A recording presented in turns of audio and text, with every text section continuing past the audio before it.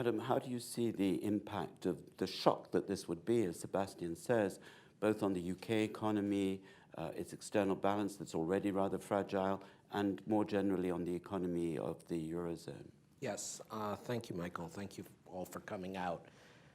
I very much agree with Sebastian, which will probably not surprise you, but let me try to give a slightly different perspective on why he's right and why it isn't just a bunch of us CFR types in conspiracy with everyone who loves the Queen trying to preserve us from the godless voters. The first point to be recognized is this becomes a huge downturn in the attractiveness of investment in the UK, and this comes from multiple sources.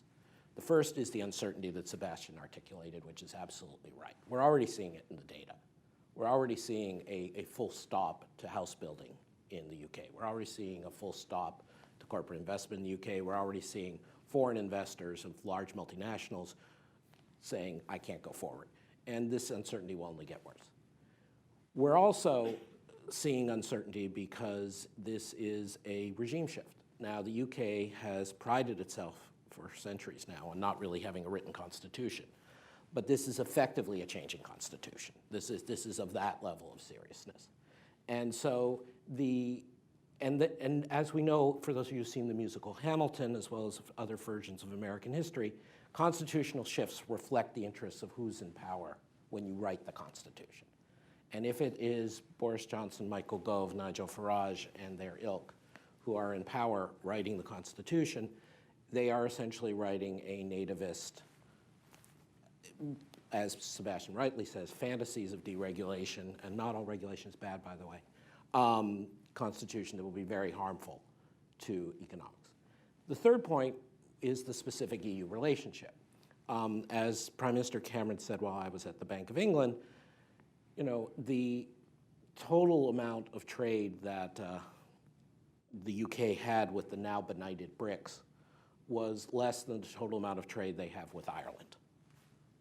So this additional fantasy that somehow the UK can completely reorient in the face of history and geography, that it doesn't matter somehow, that they're going to throw up at a minimum uncertainty and almost certainly extra trade barriers with their huge market for centuries is absurd.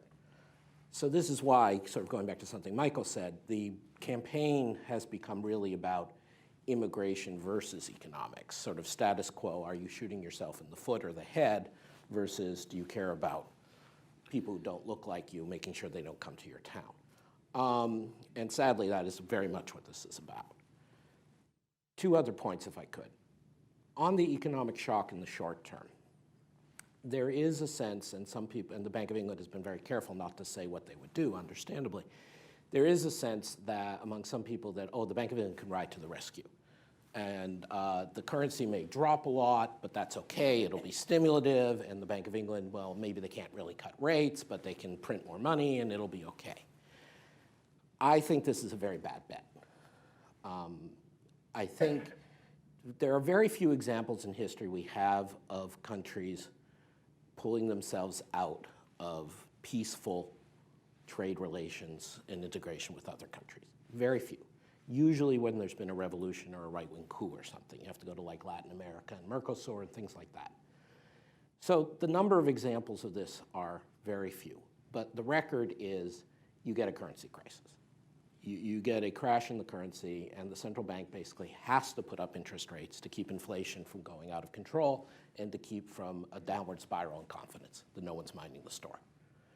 And my bet is that the Bank of England might initially try to hold off or possibly try to do more stimulus, but in the end they would have no choice. It would be, going back to Michael and the point about a current account deficit, you're rerunning some of the bad 1970s. Now, obviously, you don't have a fixed exchange rate peg, so that buys you something.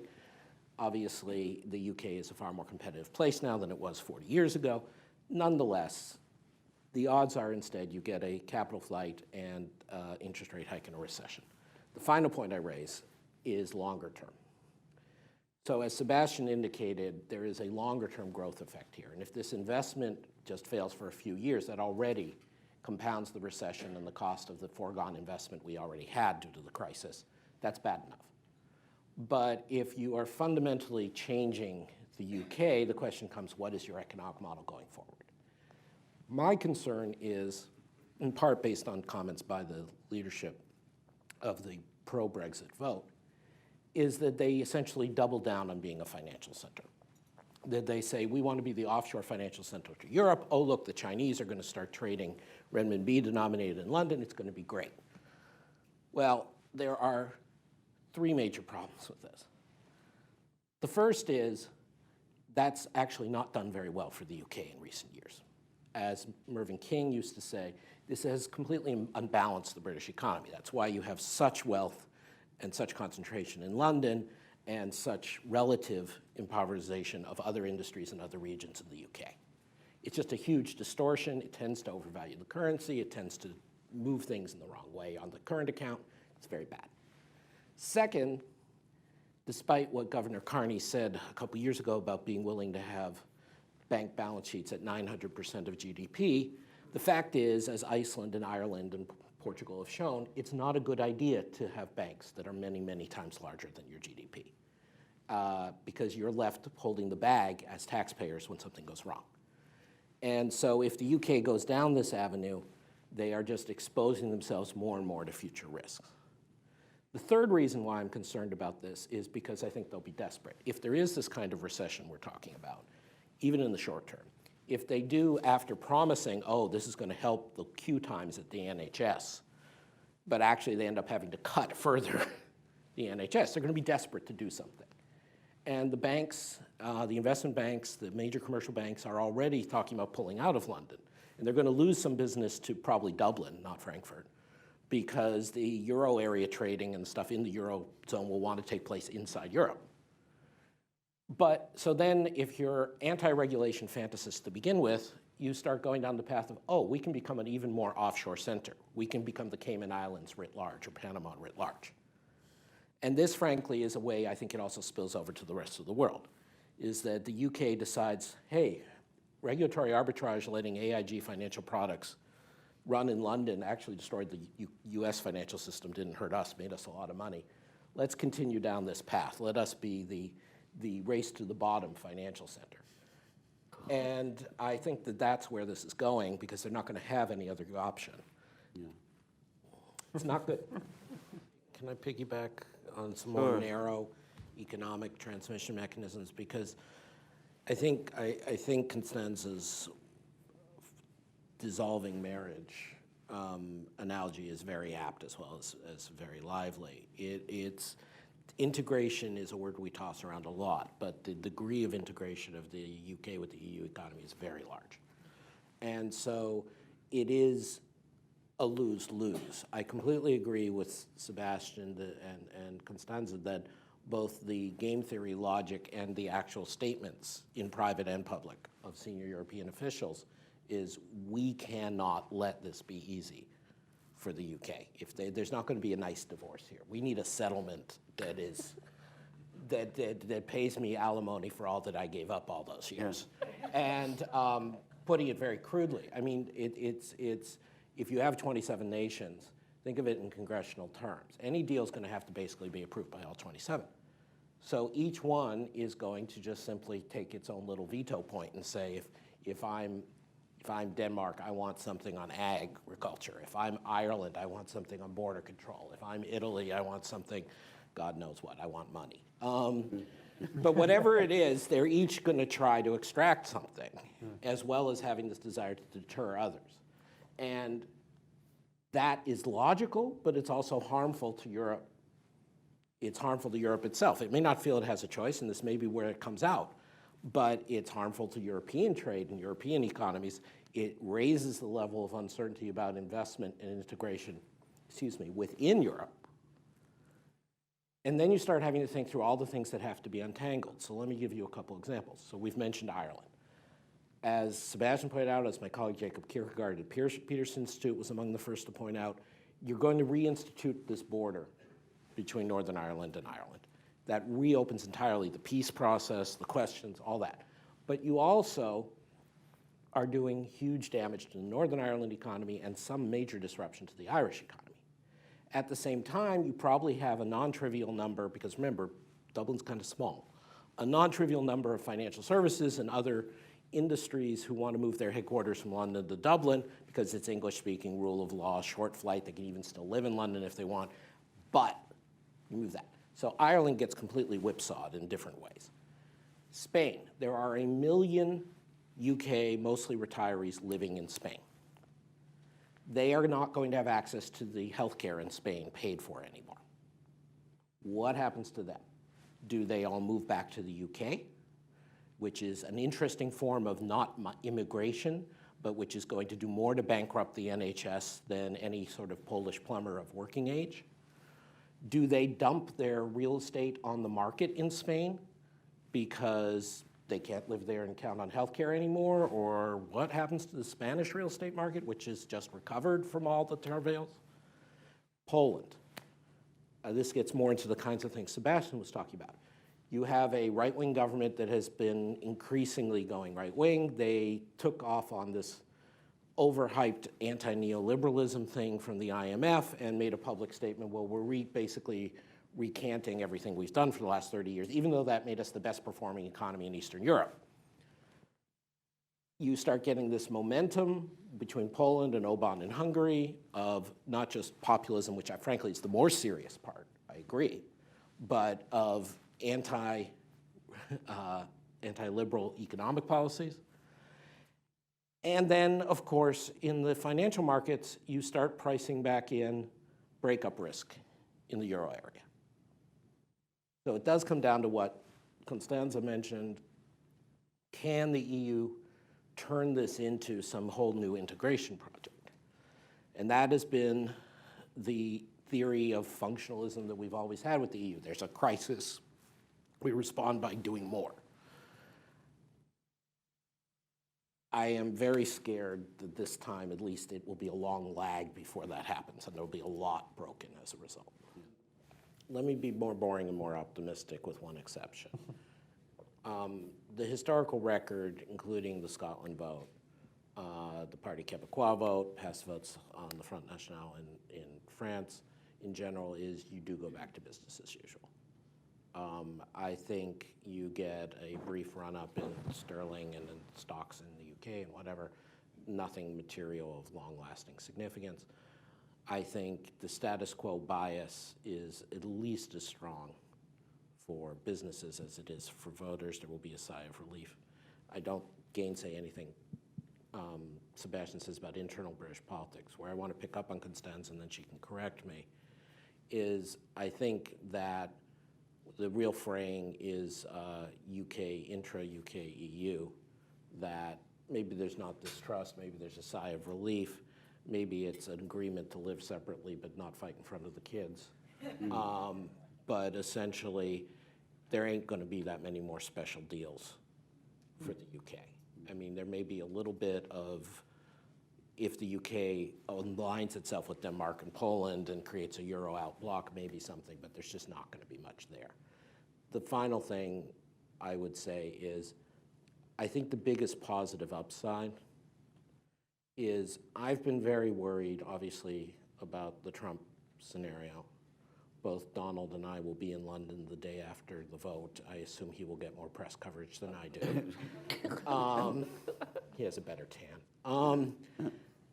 But, you know, I am very afraid that a Brexit vote essentially legitimizes nativist populist movements. So if you go back to history and you look at Mussolini, roughly 1929, there were a lot of people, including in the UK, including in Germany, including in the US, who said the classic, you know, it makes the trains run on time. It was legitimating for Hitler and the Nazis in the 30s that, oh yeah, these people say that in office, out of office, and they're terrible, but in the end they come in and nothing horrible happens. And so to me, the big effect, a big effect, I shouldn't say a big effect of a Remain vote is we can continue to say these are people outside the spectrum, and that applies to Trump. Adam and Sebastian, the question about the micro impact, the EU is very often seen as a top-down project, but what would people at the factory floor level or those at the more popular level, what would be the effect for them? It's unfortunate our colleague from Alcoa chose to phrase it as, I don't need high level, I need micro. Yeah. Because that means one of two things. It means either that one, and this may be the reality, one needs a set of attractive lies to appeal to people who are nativists and who are making their decision on completely bogus basis, or it means that Alcoa and other business leaders are not being frank enough. Because the reality is, I can't obviously speak for your company, but the auto industry will essentially shut down in the UK if it's not an export model to Europe, if they're not part of the single market, if they're not part of the same regulations, if it's always been a lot cheaper to move to Eastern Europe, to move to Southern Europe. High value added, it's not that hard to find high value added skilled workers of manufacturers throughout Europe. So it's hard to, and then if we talk about a pound that declines by, say, I don't know, 10, 20%, a Britain that imports vast quantities of food, clothing, entertainment, everything except fuel, that's a huge hit to the people's standard of living. NHS, as people have pointed out, who've done the real numbers, the migrants, because they're younger and hardworking, are essentially net payers into NHS. And as I mentioned, there's more than 1 million, because it's not just Spain, closer to 2 million older Brits living in Europe whose healthcare needs are being taken care of by European health systems. And they're going to have to come home, or the UK is going to have to start paying those foreign health systems for the cost. I mean, it's a huge material hit to the average working person. I know you didn't mean it that way, but it is ultimately the same question as with Trump, as with Marie Le Pen. The facts campaign that Sebastian, I think, has been part of, my friend Jonathan Portis, who's been out there doing this, I mean, at some point, whether it's journalists or politicians or us in the supposed elites, there is a problem when you say, these are the facts, and the people who stand up and lie can't be contradicted in an effective way. So the stuff they say about migration, for example, and I'll end here, and again, I know you know this, but I don't know how this isn't micro. You're living in the middle of England and you say, I really am sick of having a Polish deli in this town and a group of people who don't look like me and speak, and I think it's bad. Fine. So you pass this law, you put up more immigration barriers. What's going to happen is you then still are going to have huge pressures for illegal immigration, because the French are just going to stop policing the border at Calais. The Irish are going to be not very happy, and the Danes and all the people coastal to the UK. You have all the non-EU migration that's been coming for decades and is much bigger than the intra-EU migration, because the intra-EU migration, people go home. During the recession, a lot of the Poles went home to Poland. It's just not going to work. The only way it works is if you do truly get intrusive in draconian ways in the UK and change huge numbers of laws. I mean, again, it's like the reductio ad absurdum of Trump's wall. You can literally deport millions of people. You can literally build walls, but it destroys your society. And so in the end, I don't view that as high level. I view that as very real. And it is, of course, and I completely sympathize with you, and I feel this unable to sleep at night, whether it's here or in Brexit, that things that are common sense realities somehow cannot be communicated. And maybe it's because people of us, like at CFR, are inherently bad messengers, but somebody has to be able to say the other stuff is a lie.